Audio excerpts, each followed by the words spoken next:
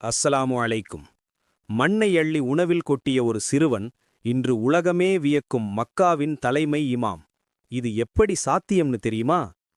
சுமார் 50 வருஷத்துக்கு முன்னாடி மக்கா இமாம் ஷேக் சுதைஸ் சிறுவனா இருந்தப்போ அவர் வீட்டு விருந்தினர்களுக்காக செஞ்சு வச்சிருந்த சாப்பாட்டுல விளையாட்டா மண்ணை அள்ளி போட்டுட்டாரு.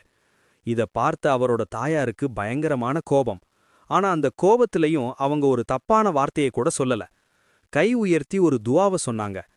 இத்ஹப் ஜஅலக்கல்லாஹு இமாமன் லில் ஹரமைன், அதாவது போ, அல்லாஹ் உன்னை இரு புனித பள்ளிவாசல்களின் இமாமாக ஆக்கட்டும் அப்படின்னு அந்த தாய் சத்தமிட்டாங்க.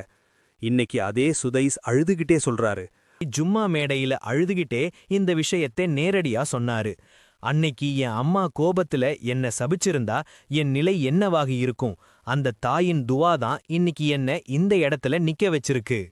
இந்த செய்தி உலகத்துல இருக்கிற எல்லா பெற்றோர்களுக்கும் ஒரு பாடம்.